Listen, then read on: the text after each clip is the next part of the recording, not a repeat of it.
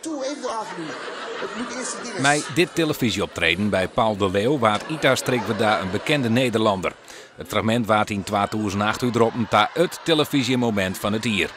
Inwenster van Wolvergeer kreeg internationale erkenning als boegbeeld van mensen met Down-syndroom.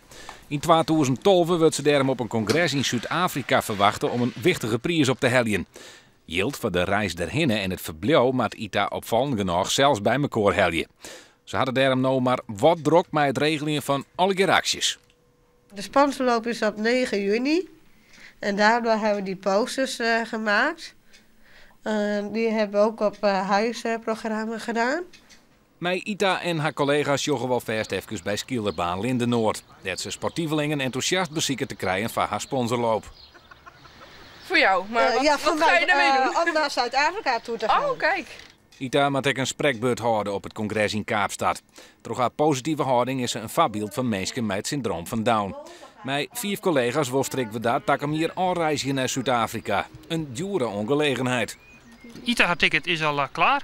Die heeft dus al een sponsor, FlexPay. En die heeft dus al het geld betaald voor Ita. Nou moet dus, is de bedoeling dus dat de collega's dan meegaan naar Zuid-Afrika. En daar proberen we zoveel mensen op te trommelen. Dat ze mee willen lopen hier op de Skierbaan. Die ticket is voor mij iets boven de €1000. Er moeten dus heel wat rondjes draaf worden om alle yield bij elkaar te krijgen. Maar het jokkert Ita nou al. Ja, wel goed rondje lopen en hardlopen. Moeten we straks een stukje oefenen met z'n tweeën? Ik zou het wel leuk vinden. Ja, en belofte maakt het schuld. Wat ik mij herinner wil met Ita op 9 juni, kunnen melden in Wolvergeer.